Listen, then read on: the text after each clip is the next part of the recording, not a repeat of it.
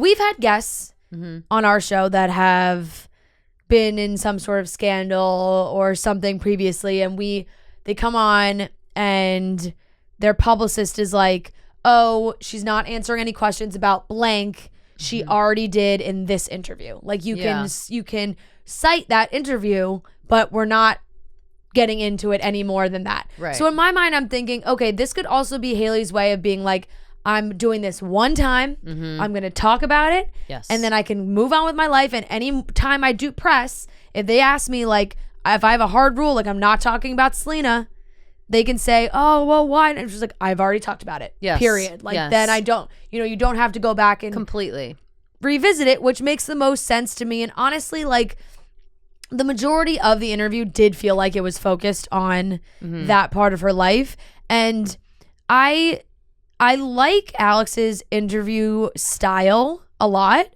I think sometimes she does put on a therapist hat a little bit too much, only where it felt there were some points where I felt like Hailey really wanted to move on, or there was other aspects that she could have asked about instead of really harboring on like, well, how were you feeling, or how did this make you feel when this was all happening? It's like, we know it sucked, and what else is she gonna say? After the third or fourth, like how did you feel in that moment? Yeah. It's kind of a lot. You know what I mean? Like, exactly. It gets So a lot. I think she wanted to clarify a lot of facts of she made it very clear there was no overlap. She never dated Justin when Selena was dating Justin, and it seems like vice versa. And it just felt like that was what she wanted to say, and she wanted to get that on the record of like, I am not a homewrecker. I did not do that. When Justin and Selena were together right before Hailey and Justin reunited and then got engaged shortly after, it was a close the book, closure type situation for Justin and Selena. And then they were able to move on, and they've all been able to move on. The public just hasn't been able to move on, and the fan base hasn't been able to move on. But those 30-ish plus minutes that they focused on this was a lot, which makes me think that Hailey going to this was like, this is the interview where I'm talking about all of this. Yes. Ask all the questions, and then I'm not doing it anymore. Completely. I could not agree more.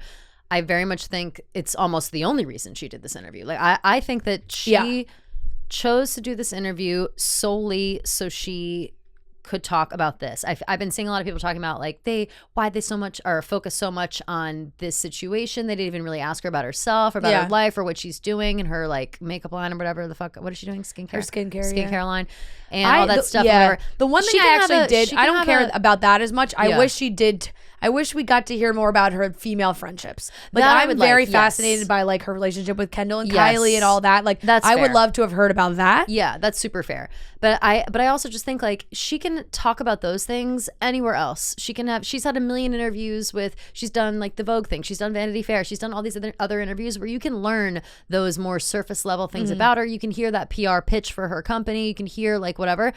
She's not coming on Call Her Daddy to like give a business pitch and talk about like her life or whatever. Like what she wants to talk about is the shit that she's gone through, because most people go on Call Her Daddy to get some shit off their chest, and they know that Alex will ask the questions that they're probably uncomfortable answering, but they're going to answer them because they never have before. And I feel like that's just the whole vibe of the show. So her going on there and talking about this at length and clearing the air and whatever, I feel is both informative for all of us to get us kind of off her back and maybe help her a little bit. I also think it's cathartic for her. She has it in one space. Yep. I think Alex is a good interviewer, and in the way that she is very conversational. Yeah. And she's clearly easy to talk to. It seems like they have a little bit of a friendship going on already. That's another major thing. I do think like Alex and Hailey, I feel, know each other. I think Hailey has been a fan of the show for a long time. For sure. That's a big part. In the show, they hung out on vacation one time. Yeah, I think that's a big part of it too. It's like Hailey may have thought, I'm a big fan of Call Her Daddy. I really want to one day do that show. I think maybe she just wanted to push herself a little bit and do something out of her comfort zone. I feel like she literally said that. She was like, I just need to, like, as you can see, I'm like uncomfortable. She was like, slinking up into the chair, like I'm so uncomfortable, but like I need to answer these questions. There's also I'm no in way therapy they didn't and whatever. discuss what was going to be said in this interview. Zero chance she didn't come in being like, I'm not talking about this, I'm not talking about that. Or she didn't have some idea what the questions were going to be like. Exactly. I could be wrong with that, but I really don't. I